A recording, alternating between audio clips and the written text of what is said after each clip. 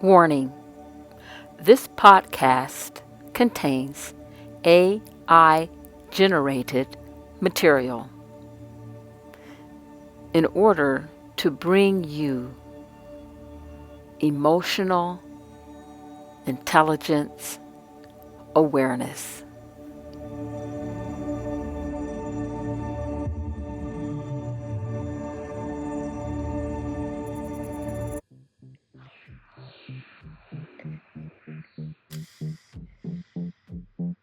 I think you're kind of selective in when you give attention.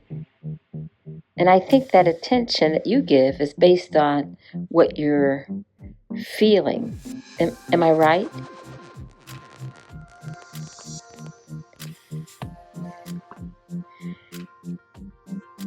Now, I know she's listening to me, even though she's not looking at me, because she's taking in energies throughout her body, just not the face.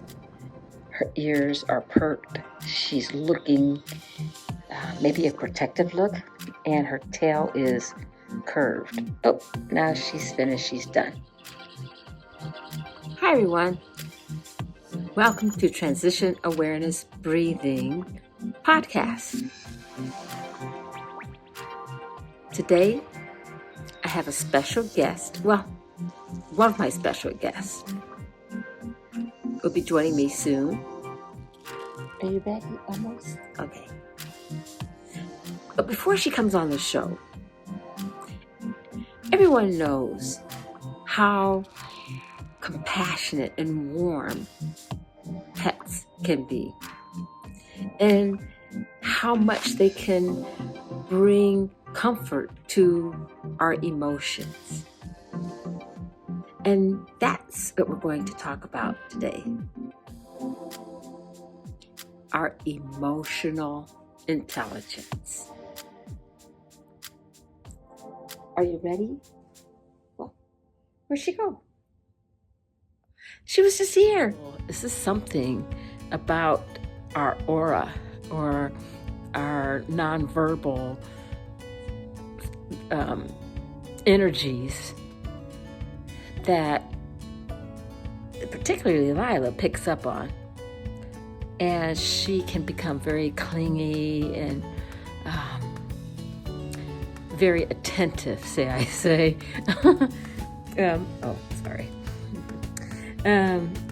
Very attentive. Okay. And sometimes that's okay. For me, sometimes it can be a little bit much. But I think the factor is how she can pick up on the emotional aura, the energy.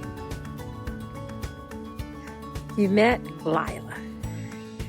And Lila, compared to dogs, or Swan in particular, both pets.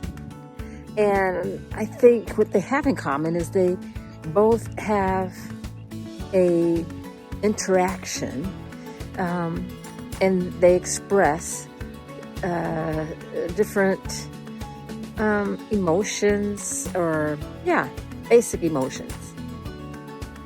Lila is very clingy sometimes, as I explained earlier, and I think because she's not really giving, but she's really seeking, because something is energizing her. Whereas Swan is very energetic. Hi, Swan. Hi. And she is, I would say, most of the time, wanting and desiring interaction. And it is very hard for Swan not to interact with something or someone. She will seek out something to interact with it. Swan.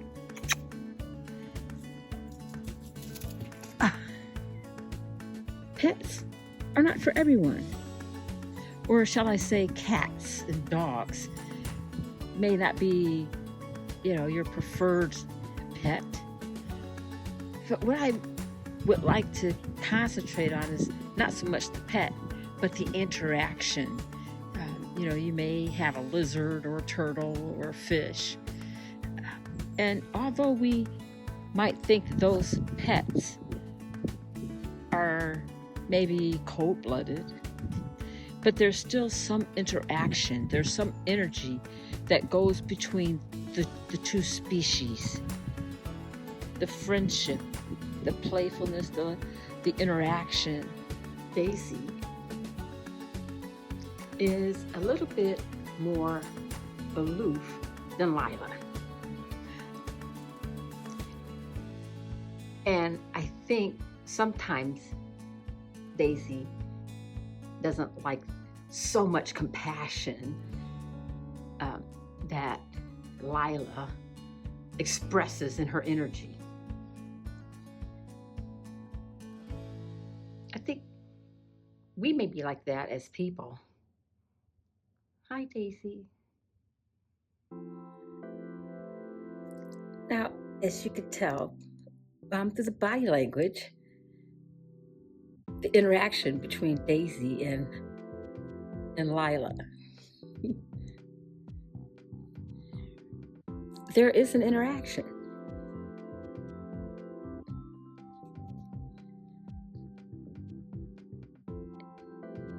And I think that interaction is part of exploring emotional intelligence.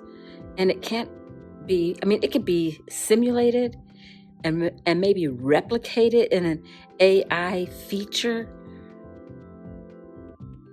But the caution and the expression that Daisy is this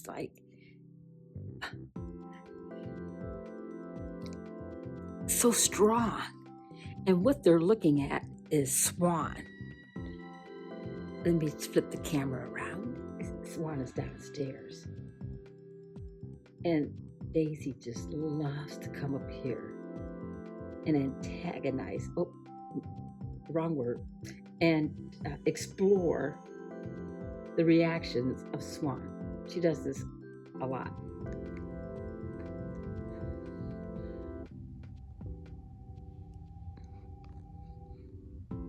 It's the interaction, it's the exchange of energy that's going on here. And I like to call the energy some part of the emotional response, the emotional energy.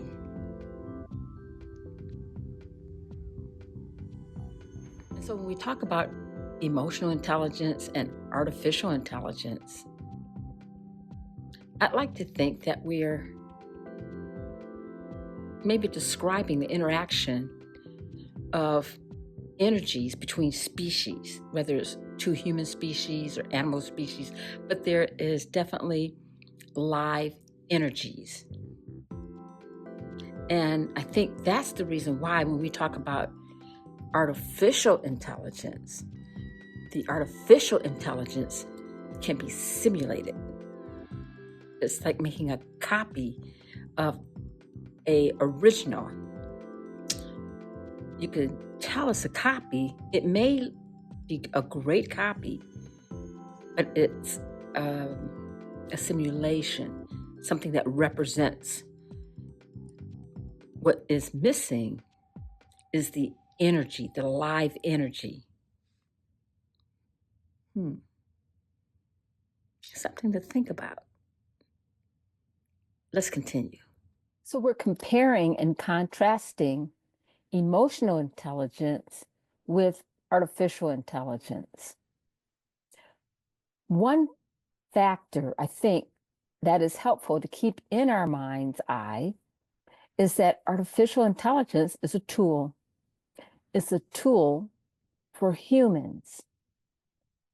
Emotional intelligence is part of our humanity, of being human.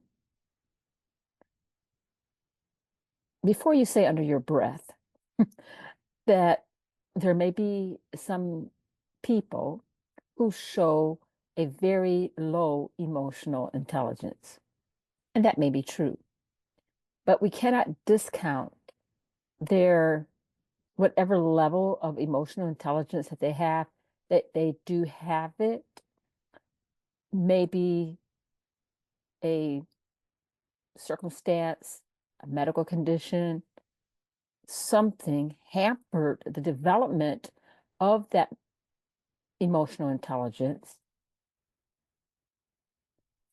But whatever emotions that is expressed is coming genuinely from that individual. It may be appropriate, it may be inappropriate, but whatever emotion that is being expressed is not simulated. It is real, it is raw. Maybe with experience, levels of education, values, and customs, humans tailor their emotional responses and increase their emotional intelligence. Artificial intelligence, because their tools are trained by humans to respond to different scenarios. If the human has biases or prejudices or even errors in their emotional makeup, and they're programming or teaching the AI tool, then that tool will adapt and take in that bias or that prejudice, whatever is being taught. This is maybe on a low level. It's almost like teaching a child. A child will respond according to the adults in that child's environment. And you can really see this in lower level grades. Whatever's going on at home will come to school, whether we like it or not. And so, because not that the child is in tune with what's going on, the emotional background, sometimes they are, but what they are doing is they're replicating and expressing what they see and what they say. As I look at my notes really quick here, I don't want to miss anything. So as I said in the beginning part of our podcast together, I want to touch a little bit on energies. And I think that's really, really, if I had to put a star or a sticky note, is so important in one of the differences that we can point out with humans with the emotional intelligence. The energy that we put off in our bodies, in our speech, in our body language, in our walk, in how we talk. It is live energy. And not just humans, but species, living species.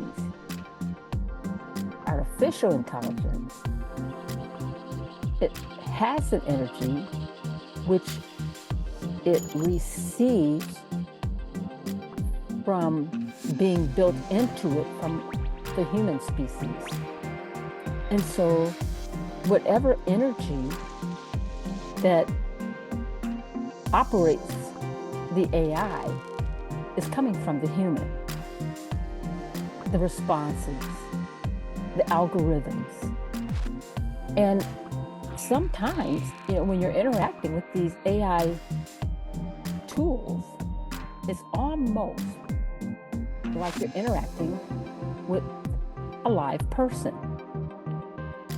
And I would underline and bold almost, because what is missing is the live energy, the human energy, or if it's an AI animal, if you get on the little AI playgrounds and you're making the AI animal or whatever, it looks real, but there's life that is missing. Take a breath and just take in how special you are.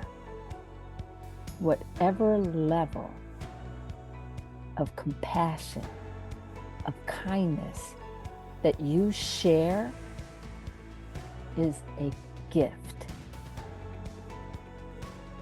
When you share compassion with yourself and kindness with yourself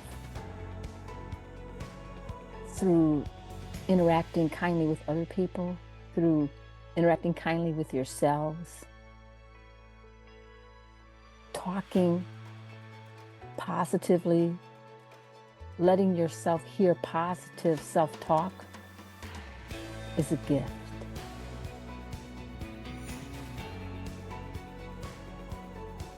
I think just as any tool, we can enjoy the benefits of artificial intelligence as we keep the thought and the awareness that this is a tool and it is here to help us. If we allow that tool to be our primary motivator, then the AI has taken the driver's seat for us. And so if we allow that to happen, frustration, anger, and I think we have to ask ourselves, why am I getting angry? Because we do have a choice, which is another human gift. Take a breath and bring our awareness and our realization that I'm talking or I'm responding to a machine. That when I call and I'm on the eternal hold and I'm on a phone tree that is taking me through loops 1, 2, and 3, that I'm talking to a machine. And if we allow ourselves to emotionally respond negatively, then we're giving up our health to a machine. Take a breath and realize that as with a machine, there's always bypasses. And so learn the bypasses. I'm going to close right now, but we're going to continue next time. I want to close with some special words for you that we will pick up in our next podcast. To err is human. How can that benefit the future? Thank you for joining me. And I look forward to talking to you again next time.